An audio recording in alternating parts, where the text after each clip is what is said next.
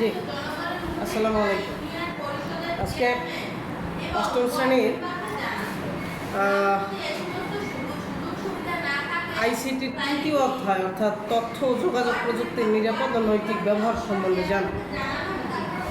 Basically তথ্য ও যোগাযোগ প্রযুক্তির নিরাপদ ও নৈতিক ব্যবহারটা মানে নিরাপদ মানে নিরাপত্তার ভিতর দিয়ে যে কাজ করা হয় কিংবা যে কাজটাকে নিরাপদভাবে বা নিরাপত্তার মাধ্যমে সংরক্ষিত করা হয় সেটা হচ্ছে নিরাপদ। আর নৈতিক ব্যবহার অবশ্যই ভালো একটা বিষয়। এখন নৈতিক আর অনৈতিক এই দুইটা কাজকে আমরা এখানে তৃতীয় অধ্যায়ে ভালো করে বুঝব। নৈতিক কাজটা মূলত আমাদের সর্বক্ষেত্রে যে বিষয়টাকে দেখি সদ্গুণ কিংবা সৎ কাজ, প্রত্যেকটা মানুষের ভালো গুণ কিংবা ভালো দিকটা হচ্ছে নৈতিক। কি নৈতিক। আরেকটা হচ্ছে যেটা সমাজের অসৎ চরিত্র কিংবা খারাপ চরিত্র, গুণাগুণ নাই, ভালো কাজ নাই, খারাপ কাজ, মাদকাসক্ত, যাবতীয় অন্যায় কাজ হিসেবে সমাজে যেগুলো প্রতিষ্ঠিত সেটাই হচ্ছে অনৈতিক কাজ। তো তথ্য প্রযুক্তির মধ্যেও এরকমের কিছু নৈতিক এবং অনৈতিক কাজ আছে। বর্তমান ইন্টারনেটের এত বড় মহাসমুদ্রের মধ্যে সবথেকে যে বিষয়টা বেশি অর্থাৎ ধরা হয় সমগ্র ইন্টারনেটের কিংবা তথ্যের কিংবা ইন্টারনেট সমগ্র বিশ্বের 95% হচ্ছে ডার্ক ওয়েব। আর আমরা যেটা মাত্র 5% আমরা এই সমাজে প্রচলিত ইন্টারনেট মাত্র 5% হিসেবে কাজ করি। কত পার্সেন্ট? 5%। আর বাকি যে 95% সেটা সম্পূর্ণ ডার্ক ওয়েবের কাজ। এটা হচ্ছে অন্ধকার, আমাদের এই সমাজ থেকে লুকিয়ে রাখা হয়েছে সেটা নাকি। সেই জায়গা থেকে আমরা এই যে 5% আছে কিংবা এই যে তথ্য প্রযুক্তির মাধ্যমে যে নৈতিক ব্যবহারটা করা হয়, আমাদের পুলিশের সাথে তথ্য প্রযুক্তির যোগাযোগ আছে, আর্মি সেনাবাহিনীদের আছে, বিডিআর আছে, যাবতীয় বিডিআর বলতে বিজেপি, যত সরকারি সেনাবাহিনী, সরকারি নিরাপত্তা বলো, সরকারি যাবতীয় যা কিছু আছে সব কিছুর সাথে বর্তমানে তথ্য যোগাযোগ প্রযুক্তি সম্পর্কিত বা রিলেটেড। বুঝতে পারছো? আচ্ছা, তো নিরাপত্তা বিষয়ক ধারণা তোমরা জানো যে রাষ্ট্রের প্রায় প্রত্যেকটা সেক্টরে বা প্রতিটি সেক্টরেই আমাদের বর্তমানে তথ্য যোগাযোগ প্রযুক্তির একটা বিশাল বহুল ধারণা আছে এবং সে বিষয়ে তারা কাজ করে এবং তথ্য প্রযুক্তি ছাড়া এই যুগে বর্তমানে কাজবাজ করাই আসলে দুর্বিষহ বা দুরূহ ব্যাপার। ঠিক আছে, সেটা জীবনের যে কোনো ক্ষেত্রকে আরও সুন্দর করে তুলতে, তারপরে অনেক কাজকে ছোট একটা কাজে বা ছোট একটা জায়গায় নিয়ে আসতে তথ্য প্রযুক্তির ব্যাপক প্রসারতা আছে। নেটওয়ার্ক দিয়ে যেহেতু সবাই সবার সাথে যুক্ত থাকে বর্তমানে, সুতরাং এখানে কিছু অসাধু ব্যক্তি, কিছু চোরচক্র, কিছু সমাজের লুকায়িত যে বিষয়টা আছে সেগুলো কি তারাও কিন্তু সজাগ এই বিষয়ে, তাই না? সেটা যে তথ্যগুলো কোনো কারণে গোপন রাখা হয়েছে সেগুলো দেখার চেষ্টাও করে। ঠিক আছে, সমাজে যদি কেউ কোনো ধরো প্রত্যেকটা ব্যক্তির, প্রত্যেকটা প্রতিষ্ঠানের কিছু পার্সোনালিটি আছে, গোপনীয়তা আছে, এখন সেটা যদি পাবলিকলি হয়ে যায় তাহলে সেটা অবশ্যই ওই প্রতিষ্ঠান কিংবা ওই ব্যক্তির জন্য খারাপ কোনো বিষয়। বুঝতে পারছি? তাহলে এ সমাজে অনেক ব্যক্তি আছে, সবাই তো সবার ভালো চায় না, কেউ তো কারো খারাপও চায় যে ও আমার থেকে কেন বেশি হলো, কেন বেড়ে গেল, কেন আপার লেভেলে চলে যাচ্ছে, তার থেকে আমি হয়তো বেটার। এই জায়গাটাকে বিশেষ করে এই জায়গাটাকে ক্ষেত্র করে আমরা আমাদের সেই পারিপার্শ্বিক সামাজিক যে রীতিনীতির দিক থেকে আছে সেটা কিন্তু এই সমাজে এবং তথ্য যোগাযোগ প্রযুক্তিতেও চলিত আছে, কি ঠিক না? সেটা তো যাই হোক, যারা যে তথ্যগুলো কোনো কারণে গোপন রাখা হয়েছে সেগুলো দেখার চেষ্টা করে অনেকে, যারা নেটওয়ার্ক তৈরি করিয়েছেন তারপরে তারা সব সময় চেষ্টা করেন কেউ যেন সেটি করতে না পারে। হ্যাঁ, প্রত্যেকটি কম্পিউটার বা নেটওয়ার্কেই নিজস্ব নিরাপত্তা ব্যবস্থা থাকে, কেউ যেন সেই নিরাপত্তার দেয়াল ভেঙে ঢুকতে না পারে তার চেষ্টা করা হয়। নিরাপত্তার এই অদৃশ্য দেয়ালকে ফায়ারওয়াল বলা হয়। তাহলে ফায়ারওয়াল কাকে বলা হয়? নিরাপত্তার যে একটা বেষ্টনী তৈরি করা হয়েছে ইন্টারনেটের মাধ্যমে এবং নেটওয়ার্কের মাধ্যমে, সেটাই হচ্ছে কি ফায়ারওয়াল। সেটাকে কি বলে? এটা দাগাবে। ওকে,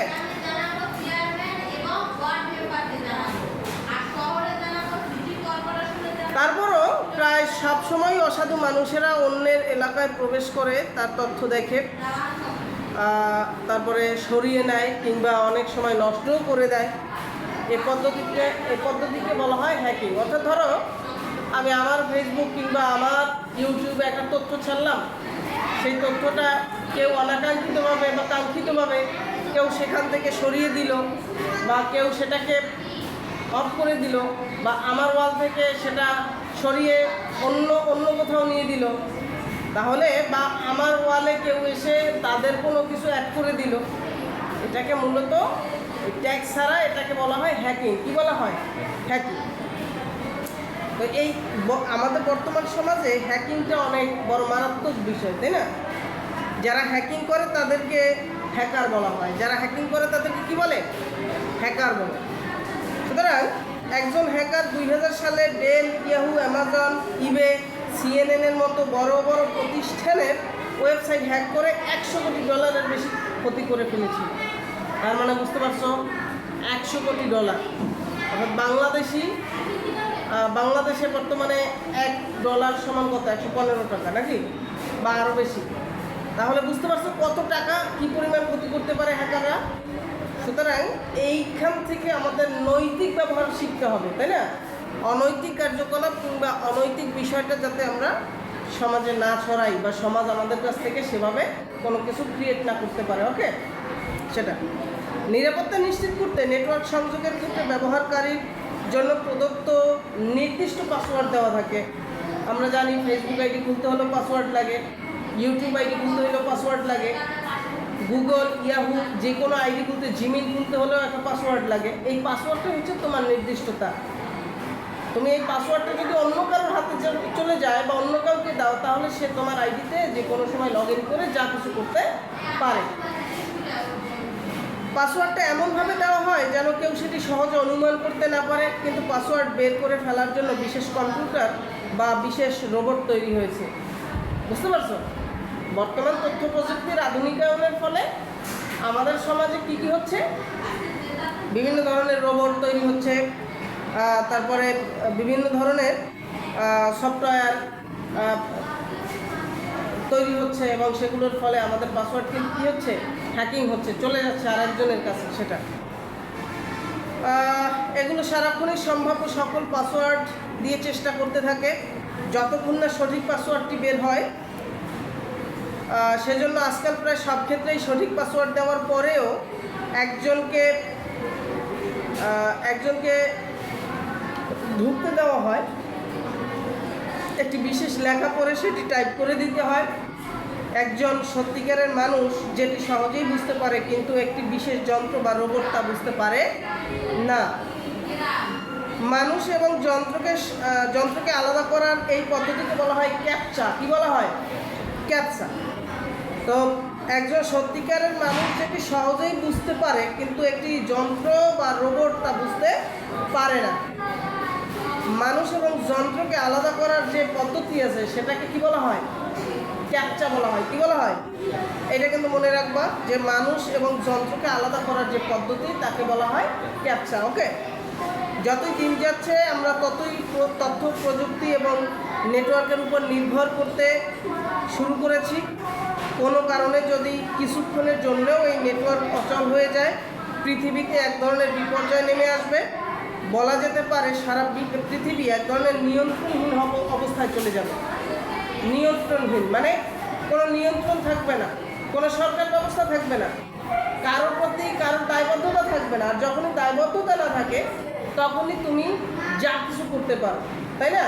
এখন আমরা কি মানি যে আমার আব্বা বড়, কিন্তু যখন আমি মনে করবো আমার আব্বা নাই, আমার বাবা নাই, আমার পিতা নাই, শিক্ষকরা কী বললো সেটা আমি শুনবো না, মানবো না, তখন আমরা যা মনে চাই সেটা কি করতে পারি, সেটা যা মনে চাই সেটাই করতে পারি।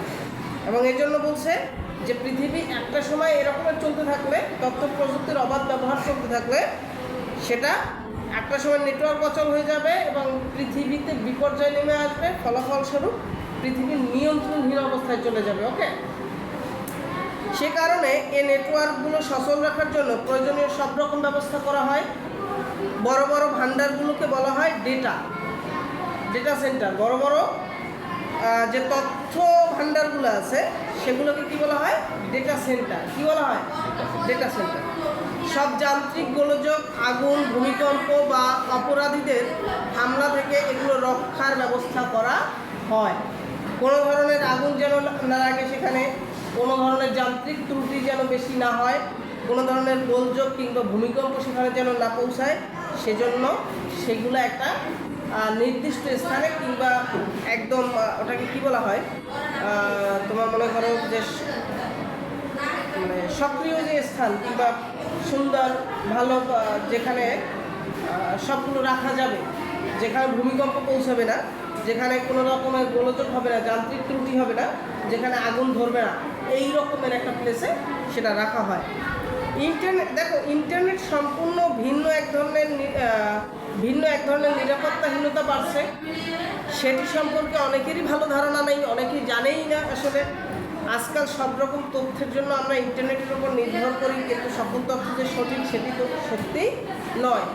আচ্ছা দেখো, আমি এখন এখান থেকে কোনো একটা বিষয় যদি আমি চাই, ধরো এখানে আমরা 10 জন আছি, কিন্তু 10 জনের একজনও জানি না, তখন কি করব? অবশ্যই হয় গুগল কিংবা ইউটিউব কিংবা ফেসবুক, এখানে আমরা তথ্য সার্চ দিব এবং সার্চ করার ফলে কি হয় যে ওখানে যেটা পাই সেটা আমরা সত্যি ভেবেই কিন্তু নিয়ে নেই, তাই না? আদতে এটা সত্য নাও হতে পারে, কেননা ইউটিউব, আমার ইউটিউব চ্যানেল থাকতে পারে, আরেকজনের ইউটিউব চ্যানেল থাকতে পারে, কিংবা অন্যান্য বিভিন্ন জনের ইউটিউব চ্যানেল থাকতে পারে। প্রত্যেকের বিশ্লেষণ ব্যাখ্যা এক একজনের আলাদাভাবে হতে পারে। কেউ একটা পক্ষে যখন বলতে যাবে হয়তো আরও 10টা থিম বা থিওলজি নিয়ে আসবে এখানে, সুতরাং সেখানে কোনো ভুল তথ্য অ্যাডজাস্ট হতেই পারে। সুতরাং একদম সম্পূর্ণ নিশ্চিত না হয়ে আদতে তথ্য দেওয়া কিনা উচিত নয়। সেটা দেখো, অনেকে অনিচ্ছাকৃতভাবে বা অনেকে ইচ্ছা করে ভুল কিংবা মিথ্যা তথ্য দিয়ে সাধারণ মানুষকে বিভ্রান্ত করে না? যেমন ধরো আমাদের বিএম কলেজে একটা সময় কিছু হয় নাই, কিন্তু কেউ একজনে যদি দেয় যে বিএম কলেজে আজকে প্রচুর পরিমাণে মারামারি হয়েছে, বরিশাল বিশ্ববিদ্যালয় এবং বিএম কলেজ বরিশাল 2 কলেজের মধ্যে মারামারি হয়েছে, কিন্তু আদতে কিছু না।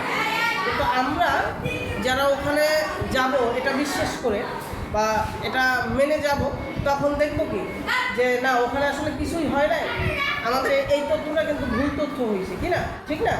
অনেকে এইটা আবার কী করবে, অনেকে ফেসবুকে শেয়ার করবে, ইউটিউবে শেয়ার করবে, তারাও কী করলো, এই যে মিথ্যার সাক্ষী হলো এবং মিথ্যে জিনিসটা শেয়ার করলো, তাই না? তারা অনিচ্ছাকৃত করছে, কিন্তু যিনি প্রথমে ছেড়েছেন তিনি ইচ্ছাকৃত ভুল করছেন, তাই না? এরকমেরই হয় আসলে বর্তমান সমাজে। রাজনৈতিক উদ্দেশ্যে মিথ্যা তথ্য প্রচার করার অসংখ্য উদাহরণ রয়েছে। তোমরা বর্তমান বাংলাদেশের সবচেয়ে এআই দিয়ে কন্টেন্ট বানিয়ে সেগুলো রাজনৈতিকভাবে কারোর প্রতি হেয় প্রতিপন্ন কিংবা কাউকে দোষারোপ করার জন্য প্রচুর পরিমাণে এরকমের কন্টেন্ট তৈরি হচ্ছে এবং সেগুলো প্রচারও হচ্ছে দিন দিনকে, ঠিক না?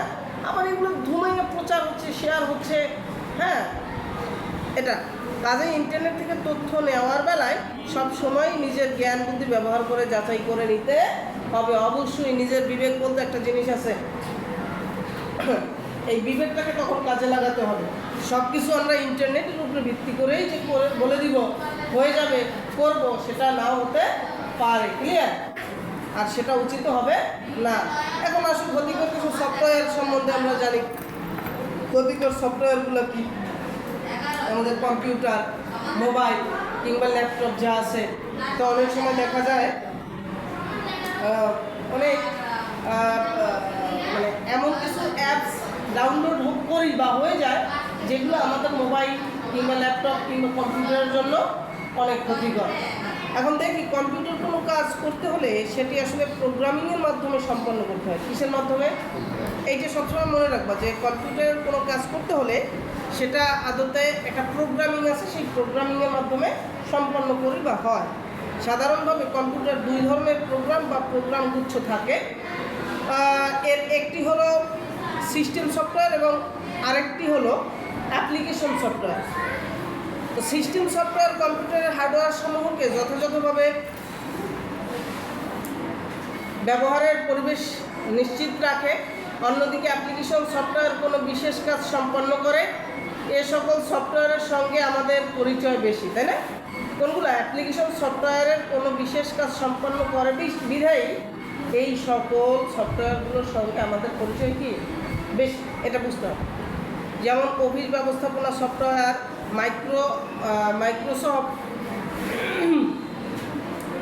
মাইক্রোসফট অফিস বা ওপেন অফিস বা লিব্রা অফিস। ডেটাবেস সফটওয়্যার আছে ওরাকল বা মাইএসকিউএল। তারপরে ওয়েবসাইট আছে দেখার ব্রাউজার, মজিলা ফায়ারফক্স বা গুগল ক্রোম ইত্যাদি। তো আমরা বিশেষ করে গুগল ক্রোমই বেশি ইউজ করি, তাই না? সেটা যখন কোনো সফটওয়্যার কাজ করে তখনই এর কিছু অংশ কম্পিউটার প্রধান মেমোরিতে অংশ নেয় এবং বাকি অংশগুলো অপারেটিং সিস্টেমের সহায়তায় অন্য কার্যবলী সম্পন্ন করে। তার মানে হচ্ছে আবার দেখো, এমন প্রোগ্রামিং কোড লেখা সম্ভব যা এ সকল সফটওয়্যারের কাজে বিঘ্ন ঘটতে পারে। বিঘ্ন মানে ব্যাঘাত ঘটতে পারে, তাই না? বিভিন্ন হার্ডওয়্যারের সফটওয়্যারের ইন্টারফেস বিনষ্ট করতে পারে, এমনকি সম্পূর্ণ কম্পিউটারের কার্যক্ষমতাকেও নষ্ট করে ফেলতে পারে। যেহেতু এ ধরনের প্রোগ্রামিং কোড বা প্রোগ্রামসমূহ কম্পিউটারের জন্য ক্ষতিকর, তাই এ ধরনের সফটওয়্যারকে বলা যেতে পারে ক্ষতিকারক সফটওয়্যার। কি ক্ষতিকারক সফটওয়্যার বা ম্যালিসিয়াস, কি বলা হয়? Malicious software.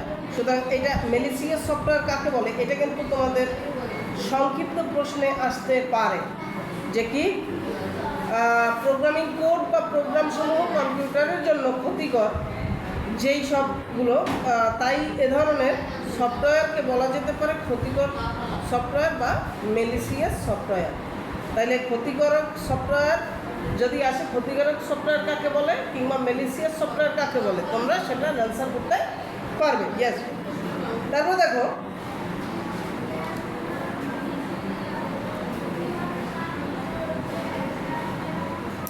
আর এই ম্যালিসিয়াস সফটওয়্যারকে সংক্ষেপে বলা হয় ম্যালওয়্যার। কি বলা হয়? ম্যালওয়্যার এক ধরনের সফটওয়্যার। এই ম্যালিসিয়াসের জায়গায় কিন্তু আসতে পারে ম্যালওয়্যার কাকে বলা হয়, বুঝতে পারছো? তাইলেও কিন্তু এটা লিখতে পারবো। ওকে, ম্যালওয়্যার হচ্ছে এক ধরনের সফটওয়্যার যা কিনা অন্য সফটওয়্যারকে কাঙ্ক্ষিত কর্মসম্পাদনে বাধার সৃষ্টি করে। কিসের সৃষ্টি করে? বাধার সৃষ্টি করে। আর এ বাধা অপারেটিং সিস্টেম সফটওয়্যার বা অ্যাপ্লিকেশন সফটওয়্যার উভয়ের জন্যই হতে পারে।